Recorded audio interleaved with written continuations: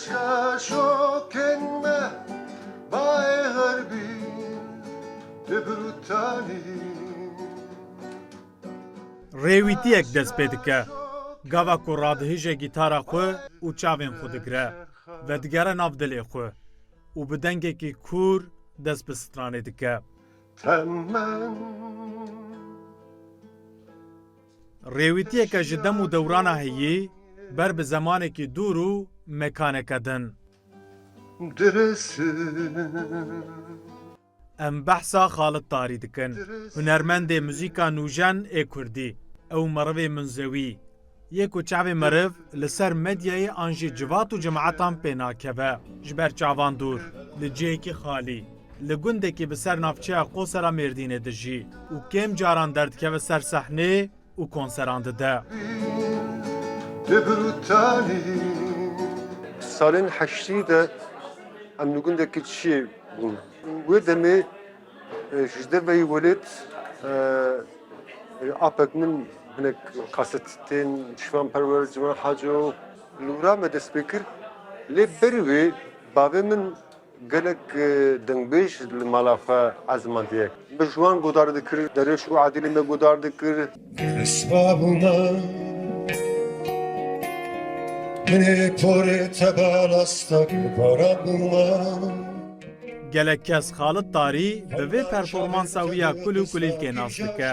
An jî em wisa bêjin. Tarî bi vê şîroveya xwe ya nû li gelek kesan bû ronî û hat naskirin. Gudaravanên Piranî li ser stranekê vê dawiyê li konsera Amedê straneke Birêjan Axîn ya kul û kulîlk min di vê konserê de şîrovek li xwe dibû. Çîroka Xalit Tarî li wira dest pê kir bi Piranî. Ji wir hat naskirin, hat gudarkirin, jî hez kirin. Ev civata ku ji keç û xortên Kurdan pêk tê bisûdin. Lewra platforma Çalak Eventsê bi müzîsyen Xalit Tarî ra li kafeyekî Taksim Stenbolê bernameya gotibêj û muzîkê li dar dixe. Pir kelecan bûm ji xwe, pir kêfxweş bûm ji ber ku wî dengê wî jî û bi xwe jî zaf hez dikim jê. Pêşeroj da zaf dixwazim albûmê wî bira pir hebe û were guhdarî kirin. Ji bo müzika Kurdî, ji bo ciwanên Kurdî Xalit Tarî yekî nû vedike. Pêşerojê jî wê evrê gerek fireh bibe. Korum, korum, korum, korum, birlikte korum. Nêzî 10 sal bi ser albûma wî ya Sarê ra derbas bûne. Lê ew ji ber ku muzîsyenekî ji piyasaya heyî pir dûr e û mecbûrî qeyd û bendên piyasaya muzîkê nabîne. Lê helbet hezkir û guhdarên Xalit Tarî li benda stran û albûmên wî nû ne. Erda ve şirin, Rusori, Kavani. Me albuma yekem ya sar.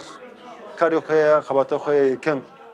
Me Lübral İstanbul'e me çekir. Albuma duyan bir rastî ve piçeki germ be. Şivaz stayla, caza İskandinav û gelemperiya Kurdî û hebe. Di müzika Kurdî de xewna min, xeyala min bi rastî müzikeke xas Kurdî nûjen pêşverû.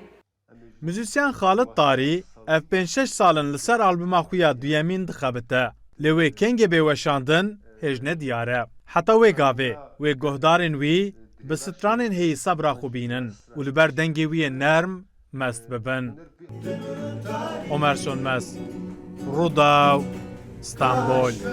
Şokenme bay harbi debrutani